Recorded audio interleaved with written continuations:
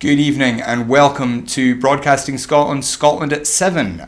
My name is Kenny McBride, and joining me tonight we have in the studio Day Tucker, a farmer and rural leader, and joining us on Skype we have our resident legal expert from the University of Durham, Aileen McHarg. So welcome to both of you.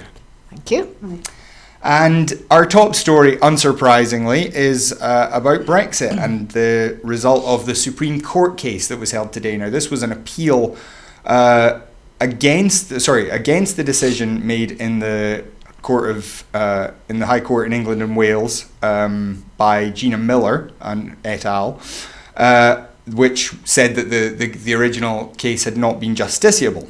On the same day, of course, the Inner House at the Course of Session in Edinburgh announced that the decision was justiciable and was motivated by the improper purpose of stymieing Parliament.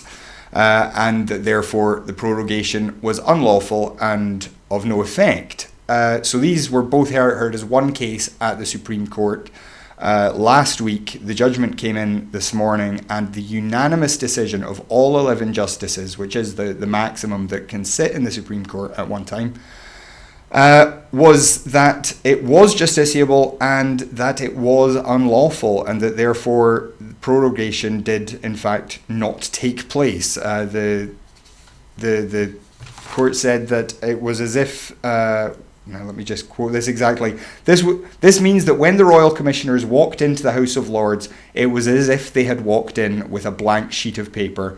The prorogation was void and of no effect. Parliament has not been prorogued. This is the unanimous judgment of all 11 justices. Now, this was something of a surprise, wasn't it, Aileen? It was a surprise to me, maybe not to some other people. I was particularly surprised that it was a unanimous decision. I was expecting, because there had been the division between the lower courts in England and Scotland, and because it was such a novel type of case to come before the courts, I was expecting a split decision. So yes, the unanimity of it was surprising, and I think the vigour with which the court asserted its role as the guardian of the Constitution and the defender of parliamentary democracy, that was also surprising. It really took no prisoners, and it was a comprehensive defeat for the government. Every single one of the arguments it made, even about remedies, it had argued that if the court were to quash the prorogation itself, that would be interfering with parliamentary privilege. All of that was rejected. So really a comprehensive defeat. Yeah, and so what do you think this means in terms of just how the Constitution of the UK works? Well, it's in some ways it fits a kind of pattern of cases over a period of time in which the courts, and particularly the Supreme Court, have become a lot more comfortable with constitutional adjudication, with defending constitutional principles, with deciding constitutional issues. So it kind of fits that pattern, but it kind of takes it into some new territory. There hadn't been a case quite like this before. They made some very interesting observations about the importance of responsible government accountability to Parliament as a legal principle, whereas previously we would have thought of that as being a matter of convention rather than law. Okay. And what is your feeling right now on what will happen next? We have heard, for example, the Prime Minister saying that he is looking at ways to basically circumvent this ruling, that he is now there is a possibility of suspending Parliament in some other way. Do you think that this ruling puts any sort of barrier in the way of that? Well, I think it doesn't leave the government with a huge amount of room for manoeuvre. The sort of clever thing about the fact that the court declared that the whole process was void and of no effect, and as you said, it's as if the Lords Commissioners had gone into Parliament with a blank piece of paper. So the prorogation never happened. Parliament continues in session, and that didn't require any intervention from the Prime Minister. So at this stage, there is nothing the Prime Minister could do to sort of delay recalling Parliament or to refuse to implement. He could, of course, prorogue again. Clearly, Parliament can be prorogued to end a parliamentary session and to allow for a new session and a new Queen's speech. But I think the clear implication of the ruling is if he tries to do anything again that is unusual, that the court thinks interferes with Parliament's ability to discharge its constitutional functions, then he would be vulnerable again to a court coming along and saying no, that was unlawful. So yes, he might be able to prorogue, but not for anything like the 5-week period we've seen. Of course, we are in what's been a 2-year parliamentary term, which in itself is very unusual. And one of the things that Boris Johnson said was, well, we do still need a Queen's speech. We do still need to start a new session. Yeah. So do you think that even a short prorogation is still likely, and he might just get more or less what he hoped for, just in two smaller sections? Well, that's possible, given that Parliament, has in effect had this conference recess, if you like. It's a de facto conference recess, which they might not have had if the prorogation had never taken place. Yes, it's possible that at the end of the day, the amount of sitting days gained through this process is not particularly great. But of course, the government's argument all along was, well, in reality, not that many sitting days are going to be lost because of the conference recess. Mm-hmm. So how much difference it makes is not entirely clear. Also, whether Parliament and MPs in particular are going to really make use of this opportunity that they've been given is unclear. Because if you hark back to the first Miller case back in 2017, when the Supreme Court said Parliament had to trigger Article 53 legislation, Parliament passed a piece of legislation that really gave carte blanche to the Prime Minister to trigger Article 50 as and when she wanted. There was no conditions attached. So they really kind of failed to take the opportunity that was given to them on that occasion. Mm-hmm. Now, obviously, Parliament will sit tomorrow. John Bercow said that basically because the prorogation had been kind of nullified, that there was nothing stopping them, and that Parliament will now sit tomorrow. We understand that there will be no Prime Minister's questions. Boris Johnson is going to have to get a late flight back tonight after speaking to the UN General Assembly. He had been planning not to fly until tomorrow. So we have heard from Joanna Cherry, who of course led the petition in the Scottish courts, saying Boris Johnson should resign. His behaviour has been disgraceful and his position is untenable. If he had a shred of integrity, he would jump before he is pushed. I think the question of whether he has a shred of integrity is perhaps questionable. We've seen the same thing from Patrick Harvey, saying the Prime Minister and his cabinet must resign immediately. Their reckless actions demonstrated complete contempt for parliamentary democracy, and parliamentary must be recalled at once in order to hold this out-of-control regime to account. As I said, the Parliament will sit tomorrow, and there will be scope for urgent questions and other debate.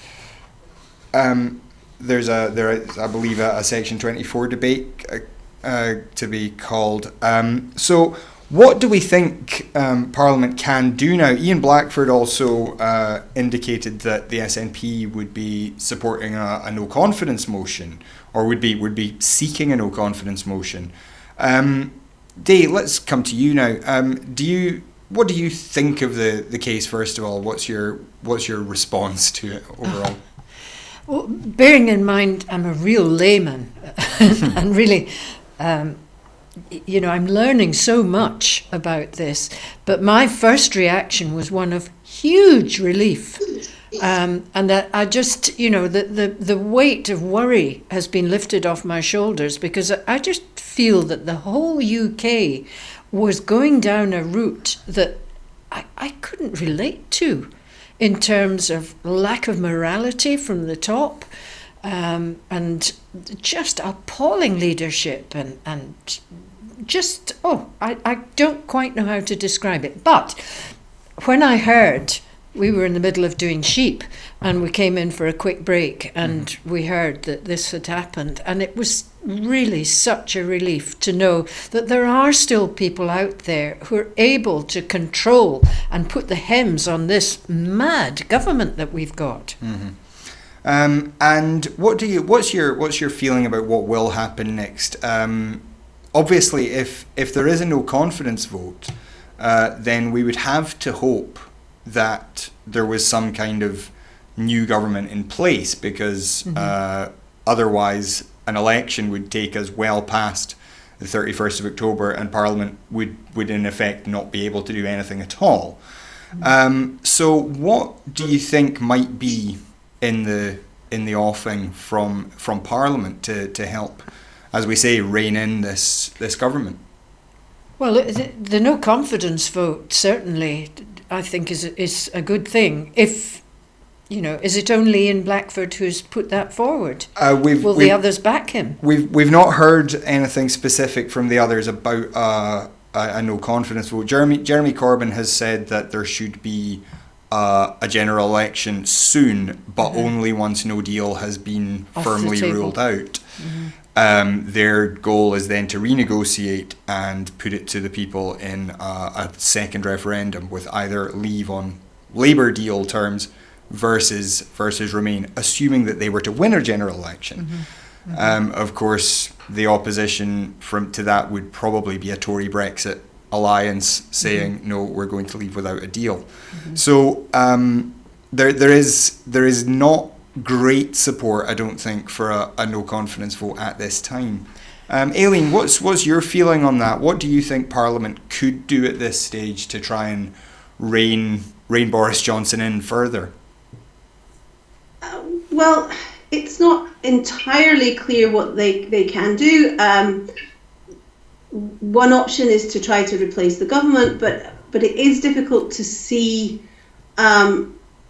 It's difficult to see what that alternative government would be in the current political circumstances.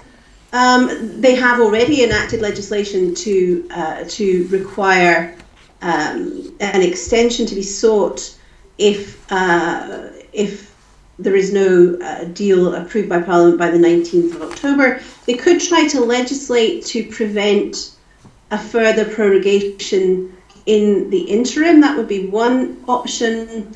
They could try to legislate to close some of the loopholes in that Ben Burt Act. But it is quite difficult to see what more there is to do, because of course what happens now before the 31st of October is not just about what happens in the UK Parliament. It depends on what happens in the EU negotiations as well, and whether those are genuine negotiations, whether there's any real prospect of a deal, is a matter of some doubt. But it's very difficult to see what Parliament could do to actually influence the outcome of those negotiations in any positive way. Parliament cannot take over the negotiations. It has to be a matter for the government. And if it's not willing to replace the government, well, that's a problem. Yeah. So, is it actually possible to legislate to prevent the Prime Minister from proroguing Parliament again? Is that something that could be legislated? Yes, it could. Parliament can legislate on any topic it likes. The backbenchers will have to take control of the order paper again. So that parliamentary time is available. Both houses of Parliament would have to agree to it, but it is at least in principle possible that they could do something like that. Okay, and we have heard that there is potential for another Section 24 debate, which is the process by which the backbenchers can take control of Parliament. I mean, it's a fairly extraordinary set of circumstances we've seen recently, where the government clearly has no majority, is really struggling quite a lot with discipline within its own ranks, where we've seen on numerous occasions over the last while, we've seen the order paper taken away from the government. So clearly, the House doesn't have confidence in Boris Johnson. I think virtually everybody on the opposition benches now is firmly kind of, we can't trust Boris Johnson to do anything. But there does seem to be this blockage. We've heard Jo Swinson say that she wouldn't do anything that would put Jeremy Corbyn into number 10. Presumably some of the Tory rebels, the ones who were forced out of the party recently, would find that quite a difficult sell as well. Everybody is obviously wary of doing a deal with the SNP, foreseen of being anti-British. The SNP would probably find it difficult to work with some of the Tory rebels. So there does look like there's quite a stalemate there. What do we think is likely to happen next day? What's your feeling? And I know you said you'd felt a lot more optimistic after this ruling, so sorry to bring it back down, but do you have hope that we're going to, first of all, get past the end of October without crashing out of the EU? And secondly, what resolution do you imagine might be possible here? I do feel that we need to go back to Boris Johnson acting out with the law. And nothing seems to be happening about that. Is he just allowed to continue on as Prime Minister, even though he's acted illegally, and more? What kind of parliament have we got that cannot come in and get rid of virtually a dictator? What's your take on that, Aileen? Is there any remedy available if Boris Johnson does kind of, for example, if he chooses not to send the letter that was specified in the act that was passed that was the 9th of September, the act where they said you have to send this letter to the EU? Well, there is a case before the Inner House, again brought by Joanna Cherry, Joe Maugham, and Dale Vince, which is seeking to petition the Nobile Officium to ask the court to order the Prime Minister to send a letter, and if he doesn't send the letter, for the court to make some alternative arrangements. So that's going to be, again, a real test of the willingness of the courts to step in and enforce the will of Parliament. Again, completely unprecedented. Because we talk about this being unlawful, but there isn't actually a criminal penalty, is there, for not following this law? No, and that's not unusual. Most duties that are placed on the government are what we call civil obligations rather than criminal obligations. They're not backed by sanctions. There are circumstances in which in which misconduct in a public office can be a criminal offence. It's normally the sort of thing that you'd use for corrupt police officers and so on. There was an attempt a few years ago to bring an action against Stephen Byers when he was Transport Secretary and he renationalised Railtrack, if you remember back. I do remember that vaguely. But that didn't succeed. So it's not the sort of thing that you would routinely expect to happen at all. That government ministers are every single day held to be acting unlawfully in the courts. You would not expect that to result in criminal penalties. But if you get into situations of a Prime Minister perhaps willfully refusing to comply with legislation. Maybe you're in a different situation. It's as I say, it's hard to say because there are no real precedents for this. And if this other case that's was it the Inner House you said this new case that Joanna Cherry is bringing, if that did kind of specify an order to the Prime Minister, could he then be held in contempt of court if he refused to do it? Yes, I mean, I think that would be a possibility. If a minister is directly ordered by a court to do something and they don't do it, they can be held to be in contempt of court. Again, there have been a few cases, both in the English courts and the Scottish courts, where ministers have been declared to be in contempt. They've never been subject to a penalty, and the potential penalties are a fine or even imprisonment. That's never happened in the past. But, first time for everything. Well, there are a number of things that we're seeing now that, as you said, are things that we've not seen before. So it may be, I mean, I do sometimes wonder that maybe the only thing that will stop Boris Johnson is to get him, put him in a cell, because he does seem to be kind of drunk on his own power. That doesn't get the letter sent, though. No, that's true. And at the moment, as far as I understand it, with no specifically named Deputy Prime Minister in place, if Boris Johnson were to somehow be removed, Jacob Rees-Mogg, as leader of the House, would become the de facto Prime Minister, which I don't think will make anyone more confident about the process. So what's your hope then, Day? What's your hope for what we'll see in Parliament tomorrow and over the coming week or two? Well, in my innocence, I thought that was it. He's been proven to be acting above the law or out with the law or whatever. That should have been a resigning matter. But the kind of governments that increasingly we have had, resigning seems to be something that ministers no longer do, no matter how badly they behave.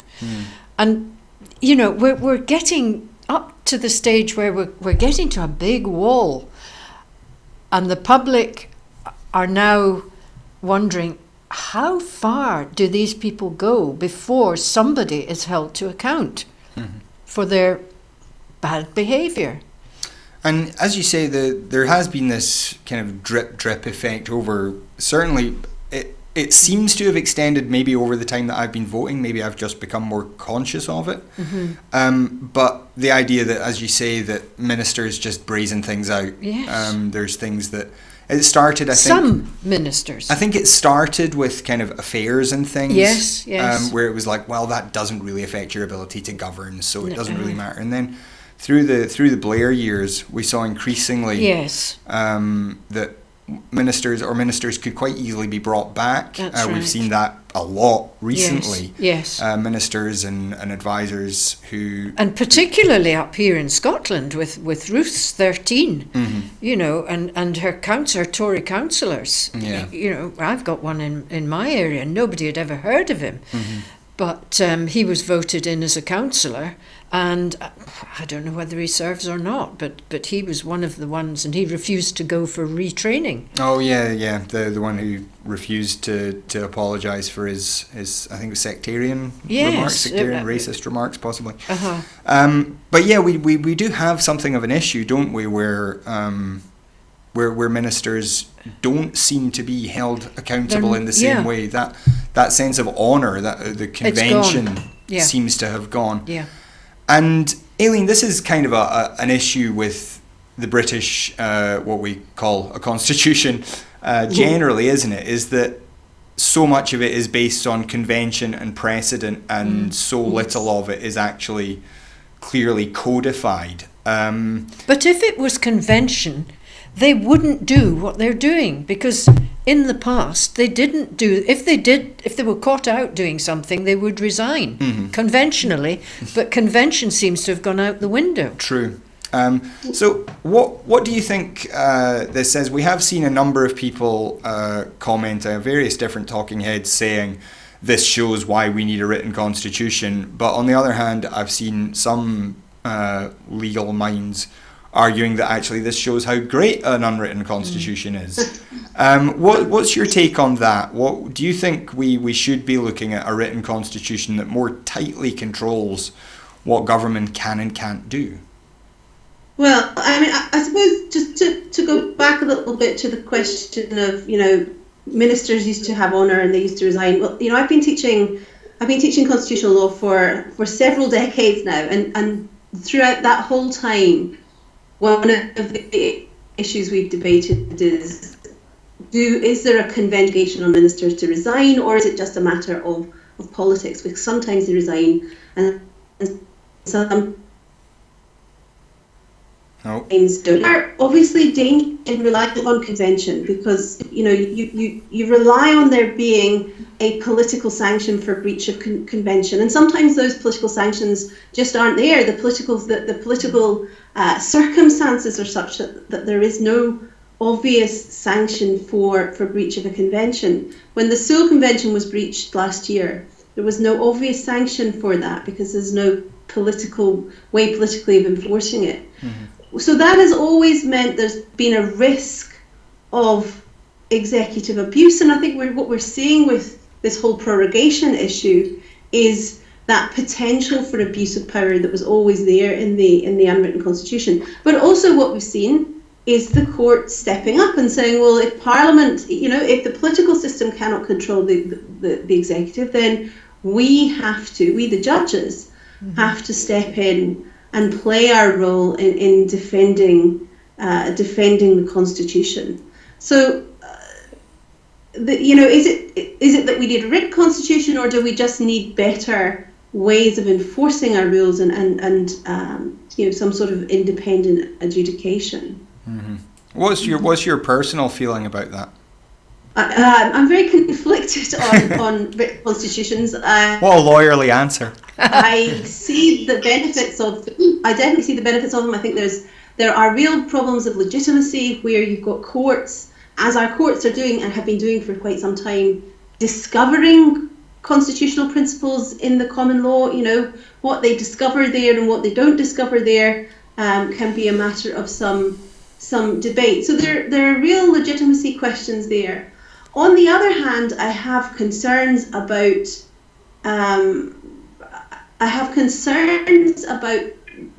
courts routinely involving themselves in political questions. Ultimately, the political system needs to sort itself out. It needs to be able to operate properly, and courts can help. They can help in a kind of a negative sense, but as we've already discussed, the court cannot force a positive way through this process. Only the politicians can. And if the political system doesn't work anymore, a written constitution isn't going to make it work. Mm-hmm. Sure. Well, we will, of course, keep an eye on this. I'm sure tomorrow will be an interesting show as we discuss what actually happens in Parliament tomorrow. For now, though, I think we will just move on. We've got a few other stories to talk about. Some that are frankly better news that might put a smile on some of our faces. So first of all, we've had a report from the National Statistic, the chief statistician, on the recorded crime statistics for 2018 to 19. So there is some good news, some bad news here. The number of crimes recorded in total increased by about 1%, from 244,500 to 246,500. This is still one of the lowest levels since 1974. Non-sexual crimes of violence increased by 10%, up to just over 8,000, which is the highest for 8 years. Sexual crimes increased by 8%, from 12.5% to 13.5%. So that's the highest level of recorded sexual crime seen since 1971, which is the first year when comparable groups are available. So that's a real concern. Crimes of dishonesty barely changed, but fire-raising, vandalism, etc. decreased by 6% to the lowest level since 1976. and other crimes increased by 6%. So the really big issue there, I think, is this increase in crimes of violence and also higher sexual crimes. Now, I wouldn't like to say, because I don't have detail on these statistics, whether that's an increase in reporting and improved kind of investigation of sexual crimes, or whether that is an actual increase in offences. But what do you make of these kind of statistics, Day? I'm always very sceptical of statistics. But when you said about the crimes of dishonesty, immediately my ears went up, and I thought, well, those might be static in the general public, but they're clearly not static when it comes to politicians. I don't really know what to say about it, because, as I say, statistics can be manipulated, and it all depends how safe we all feel. Do you feel safe? I think I do most of the time. So do I. Yeah. I know there's a lot of rural crime going on, but we've got the technology now is amazing, because I get lots of emails and notices from the rural crime people telling me what happened down the road and to keep an eye out for such and such. And then we've all got the villages have all got their Facebook pages. And I tell you, nobody dare move in our village, but it comes onto Facebook. If it's a strange van, particularly if it's a white van, and the number goes out and everybody says, and there's two people looking very suspicious. And, there's all sorts of ways of combating local crime. It's possibly a great deal more difficult in the urban areas, of course. So, Aileen, what do you make of these statistics? Do you think this is? I don't know. Are you aware at all of the issue around sexual violence? Well, sexual crime we know has been significantly underreported historically. So it's possible that is an increase in reporting rather than an increase in incidents. One would hope that it is. I guess this coincides with the whole Me Too movement, so there may have been, greater willingness of people to report incidents that they might otherwise have just let pass. The increase of violent crime is obviously a concern. I'm not sure what would be the reasons behind that. Similarly, I can't think of any obvious explanation for a decrease in fire raising and vandalism, but obviously that is welcome. Yeah, we've also, it has to be said, seen a slight increase in the clear-up rate from 49.5% to 51%.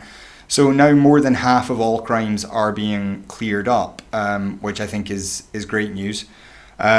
It's funny the way that this is listed, but other crimes, that is to say ones that aren't crimes of violence, crimes of dishonesty, etc., have a clear-up rate of 89%, non-sexual violence 73.3%, and sexual crime actually 58.1%, which is not good by any stretch of the imagination, but is better than I think it's been for some time.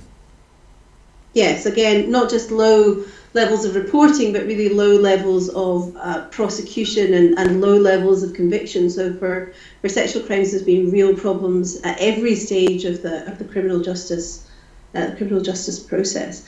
It's important to be a wee bit sceptical, I think, about clear-up rates, because sometimes you get bargaining going on in a police station or between prosecutors. If you confess to these various crimes, then it might we'll put in a good word with the sheriff for you. So just statistics can mean different things. Yeah. The clear up rates, obviously those rates are all much higher than the overall rate. What was found was crimes of dishonesty are down at 38.3% for a clear up rate, and fire raising and vandalism only 25.9%. So even though the number of crimes have gone down, the clear up rate in that fire raising and vandalism section is very low. Only 1 in 4 crimes actually being cleared up. Do you think that's something that's a question of police attention, or do you think it's just that it's very difficult to catch vandals? Mm-hmm. It's probably a bit of both. It's probably a bit of both. Yeah. I mean, obviously, fire raising in Glasgow is something that's fairly well established as a habit in parts of the city. So it is good at least to see that the numbers are falling. But as we will now just divert to another country where the head of government is problematic. And this is impeachment calls in the US. Calls to impeach Donald Trump have been intensified somewhat. They have been going on for over a year now. But this is regarding Donald Trump ordered his staff to withhold nearly $400 million in aid to Ukraine days before he repeatedly pressured the country's president to investigate a political rival. This is regarding Joe Biden. His son Hunter. His son Hunter is involved in some energy company in Ukraine.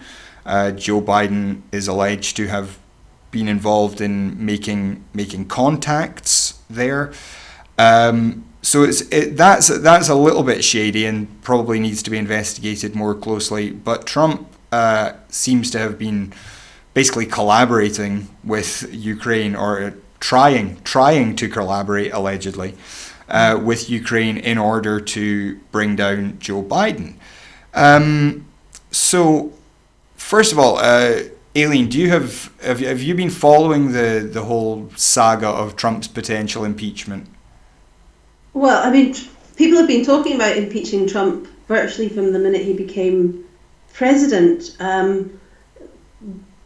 for a whole variety of different things. He's managed to he's managed to escape so far, despite various of his former associates finding themselves on the wrong side of the law. He seems to manage to kind of slide out and it's difficult to kind of pin something directly on him. So this may be slightly different. But I mean, the major problem with the impeachment process is it's political. It requires a majority in the Senate to begin the process, and the Democrats are in charge of the House, but they're not in charge of the Senate, if I recall that's correctly. Right, yeah. So that's the problem. You've got a political block on taking action there, and whilst the Republicans, see Trump as more of an asset than a liability, I guess that block will continue to be there. Yeah, I mean, it is something of a parallel with this country, where it's fairly clear that an investigation is warranted, and an impeachment investigation is warranted into Donald Trump, but it's being prevented partly because of what the political fallout might be. There have been calls by some Democrats to go ahead with the process anyway, on the basis that it gets all the facts into the public arena, and even if the Republicans in the Senate refuse to actually impeach, which seems likely that they would, it would at least put all of the facts on the table in an election year. Right. The election is in November of next year, and if Donald Trump is busy dealing with an impeachment investigation, that might distract him from campaigning. On the other hand, it might, as Aileen suggests, it might kind of give a bit of sympathy to him from those on the Republican side who just oppose the Democrats for whatever they say or do. What do you think? I mean, it is quite an extraordinary situation to have a president of the most powerful country in the world accused of multiple crimes, and yet there doesn't seem to be a process by which he can be held to account for those. What's your take on the American situation just now? Well, it just horrifies me.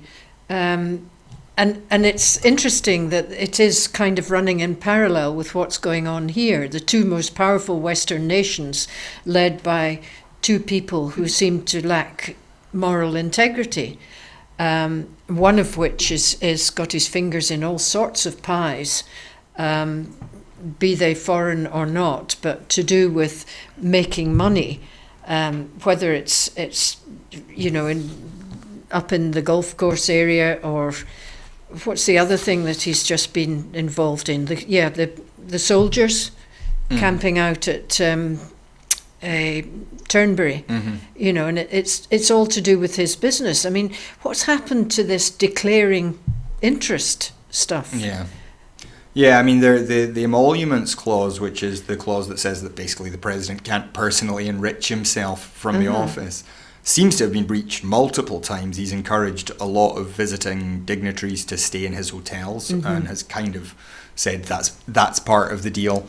There is, as you say, the story about Turnberry and Prestwick. And not least putting his wife and his daughter into positions of power as well.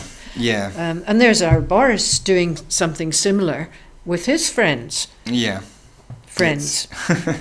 It's hard to imagine that anyone is friends with him, but there you go. Aileen, what's your feeling? You said that obviously you think impeachment would be difficult to get going. Do you think it is worth the Democrats pursuing it anyway, as I said, just to get perhaps win an impeachment in the court of public opinion? Yes, I guess it might be. There are some people who are going to, I guess, vote for Trump no matter what. But we saw when he was first elected that there were some Republicans who, 10 years ago we might have thought of being really quite right-wing Republicans. Even for them, Trump was too much to stomach. So I guess trying to chip away at that more liberal or old-fashioned or centrist wing, whatever you want to call it, of the Republican Party might well be in the Democrats' interest. I don't think Trump is somebody who can be shamed into changing his behaviour. He seems to be well beyond that. But yes, winning in the court of public opinion is probably worth attempting. Okay. Well, thank you. So we'll now move on to one that I imagine Day may have something to say about. This is a new body has been set up in Scotland to protect animals. This is Scotland's first ever independent animal welfare commission, which has had its chair announced today. This will be Professor Cathy Dwyer. She's going to specifically be looking at how the welfare needs of sentient animals are being met by devolved policy, possible legislative and non-legislative routes to further protect the welfare of sentient animals, and the research requirements to provide an evidence base for future policy development. And Mary Geoghegan, the Rural Affairs Minister, says, "Animal welfare is a subject that I feel very passionately about, so I'm delighted to announce Professor Dwyer as the first chair of the Independent Scottish Animal Welfare Commission, who will bring a depth of expertise and knowledge to the Commission. I've tasked the Commission to look specifically at how our current policies take account of the welfare needs of sentient animals, what improvements could be made, and report back to me with their conclusions. I'm proud of Scotland's high standards when it comes to animal welfare and believe this step will strengthen those standards even further. I look forward to working with Professor Dwyer to ensure we have the highest standards of welfare for our animals." So this commission is going to have 11 commissioners in total, and it will only consider areas that are within the normal current remit of the UK Farm Animal Welfare Committee and the UK Zoo Expert Committee. What do you make of this, Day, as a farmer? What's your feeling about this? Welcome it, yes. I remember getting very irate when Michael Gove and his lot, they seemed to pass something that said that animals weren't sentient. And there was a huge furore, and he kind of backpedaled on that one and said, yes, of course they are. And any farmer knows they are. My sheep have friends within the flock. and they recognise each other. They recognise me. They, if I go in to see them and there's somebody with me, they'll stand back and look and say, well, hang on a minute, who's this? And they'll be cautious. But they're amazing. And people don't think of sheep as being sentient. No.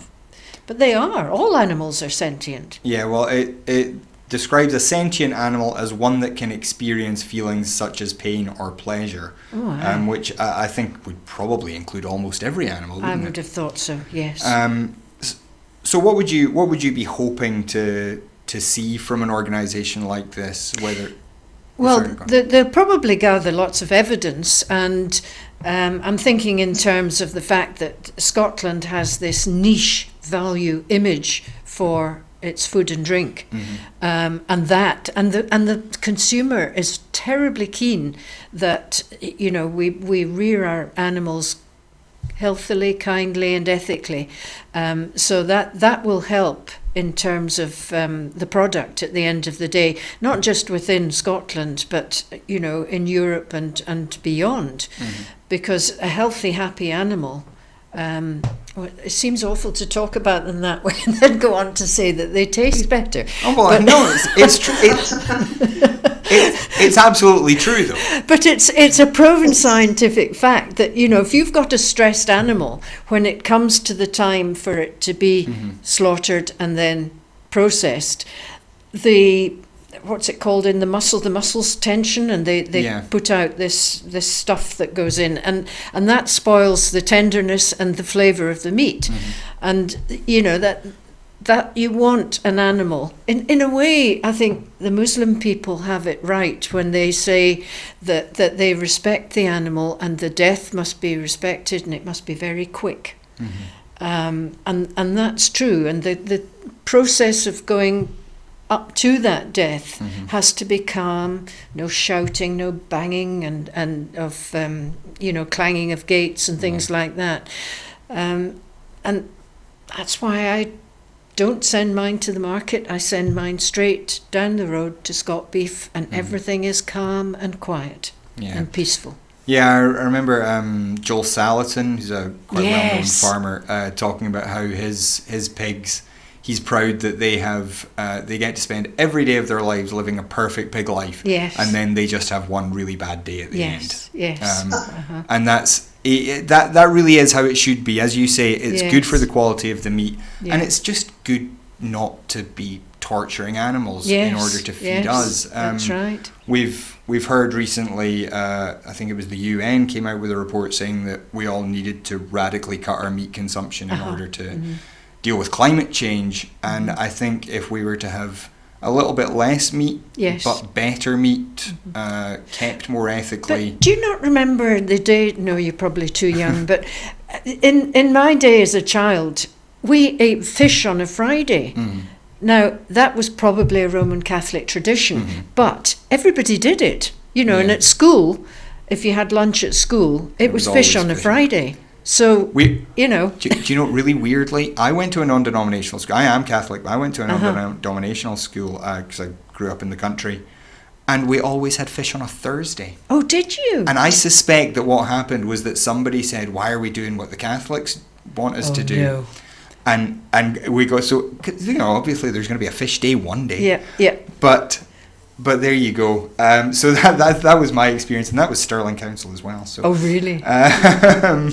That was a long time ago. I don't know what the situation is now. They can be a bit silly, Stirling Council, sometimes. But I mean, I think you're right. I think more ethical treatment of animals, if that became something that was part of the Scotch beef, Scotch lamb brand, I think would be wonderful if we could become real world leaders in that. Yeah. So, moving on again, we have just quite a small story. This is an emergency support fund has been announced by the Scottish Government for families of children who have been referred to Aberdeen or Edinburgh because their treatment isn't currently available at the oncology department at the Queen Elizabeth University Hospital here in Glasgow. Jean Freeman has announced that the QEUH Emergency Support Fund is being set up immediately to help, where needed, families affected by the present situation in Glasgow with the cost of travel, food and accommodation for the duration of their treatment out with the city. This is great news. I think obviously it's very disappointing that we're seeing these ongoing problems at that hospital. But if parents have to take their kids from Glasgow to Aberdeen for treatment, then that's a huge effort. You know, childhood cancers are never fun in any way. So this sounds like great news. What's your feeling about that? Me? Yeah, Dave, sorry. Yes, I take it that the problems are to do with the building. Is that right? Yes. This is the ongoing.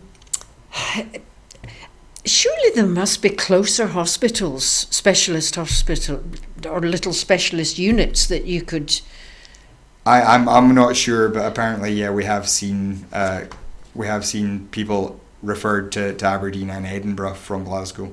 It may be that the particular doctors are more expert there, or I don't know. I think part of what the government has been trying to do is have fewer specialist centres with more concentrated expertise. So perhaps the problem in Glasgow, and that's the problem, has just created a great bottleneck. What's your feeling about this then, Aileen? Are you welcoming this kind of support? Well, yes, of course, but I think it probably kind of points to a bigger problem, as you say. If hospital services are being centralised more and more, then that means that people who are not in those centres are having to travel further. So, you know, we're seeing this, of course, as an exceptional and one-off situation because of the closure of these, or temporary unavailability of these hospitals. But there are many people across Scotland who will be having to do this kind of travel as a matter of routine, and it would be good to see some kind of support more routinely made available for people who find themselves in that position. Yeah, that's probably a very good idea. As you say, that is becoming increasingly the way that we do healthcare. Yeah. And from all the research, it does seem to be the best way, particularly for kind of complex surgeries. Yeah. But as you say, there's probably scope for better support for patients that do have to travel. Because, dare I say it, you and me and Aileen sitting here, we've probably all got our own cars, and we can afford to take the train. We can afford to travel a long distance. We can afford perhaps even to take time off work, but not everybody can. Yeah. There are a lot of things where if you're having to make a long trip, then it eats into every other part of your life. Yeah, absolutely. So yeah, that is something that we would like to see. We will keep an eye on that.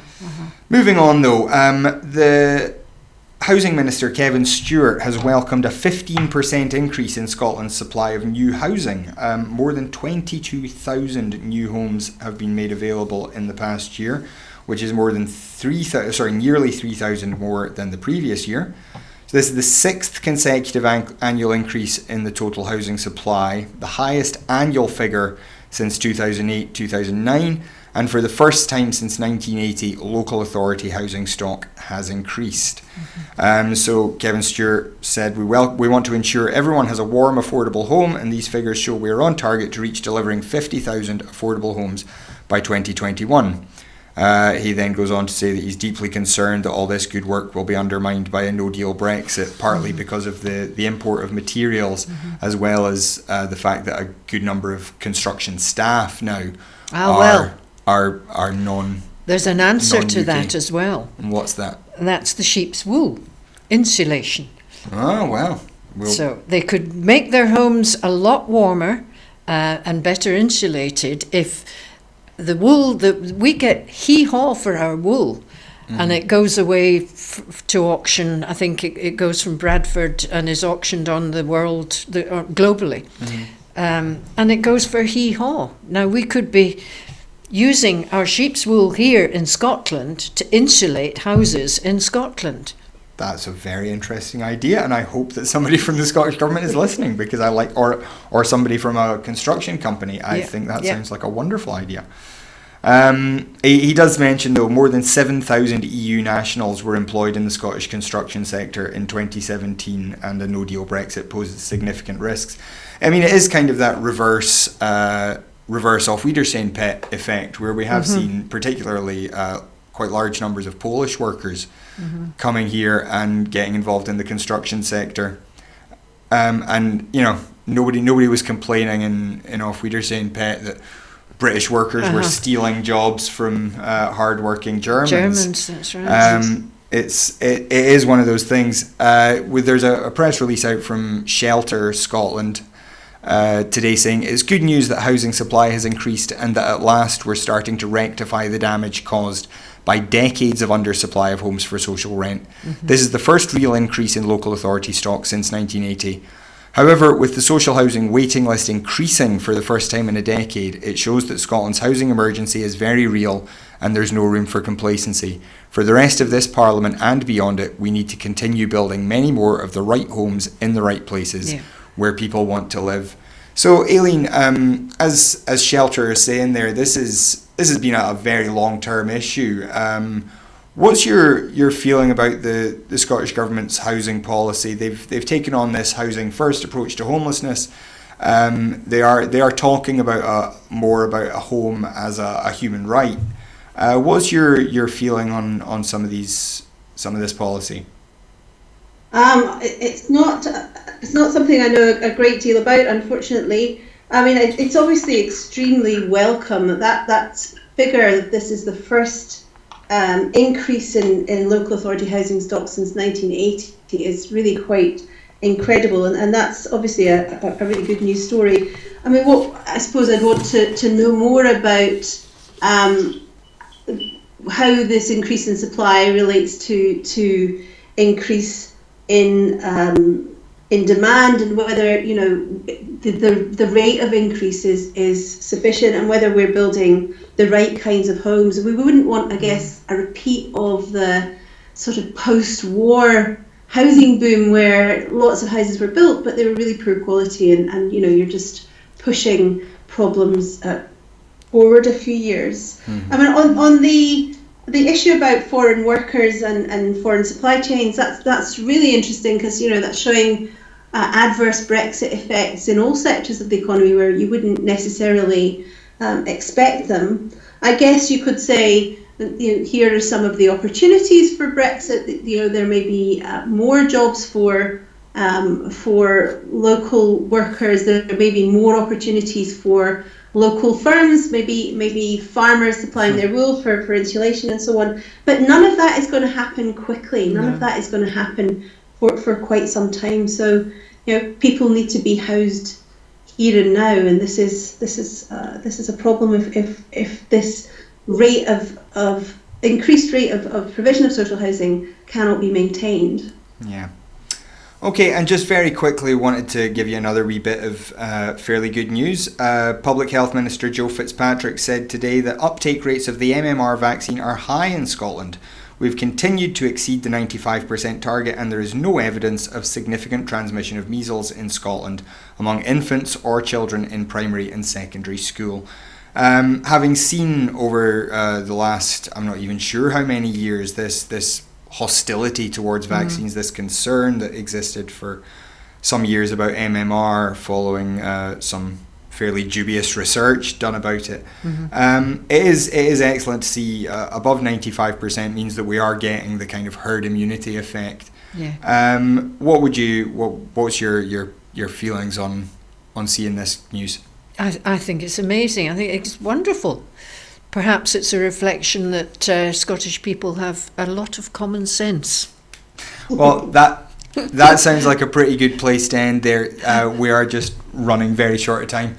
So I'd like to thank Day Tucker for joining me in the studio, and Aileen McHarg on Skype there. Thank you so much for joining us. I know it's been an interesting day for anybody with an interest in the law. So we do very much appreciate you making the time for us, Aileen. Yeah, thanks, Aileen. So, as we tell you every night, though, producing TV programs is an expensive business.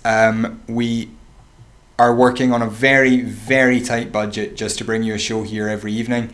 And if we're going to continue to make it, we do need more of you to sign up as supporters. So you can see on the bottom of the screen, become a Broadcasting Scotland supporter at broadcastingscotland.scot/register. Your £5 a month can make an enormous difference.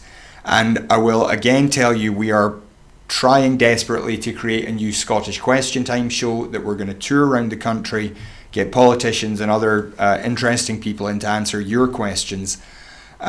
We need 300 new subscribers to make that happen. So if there are 300 of you watching this now, go and contribute your £5 a month at that website, and we will get that show up and running in a matter of weeks. As it is, again, thank you today, thank you to Aileen, and most of all, thank you for joining us in Scotland for Scotland at 7. I've been Kenny McBride. Good night.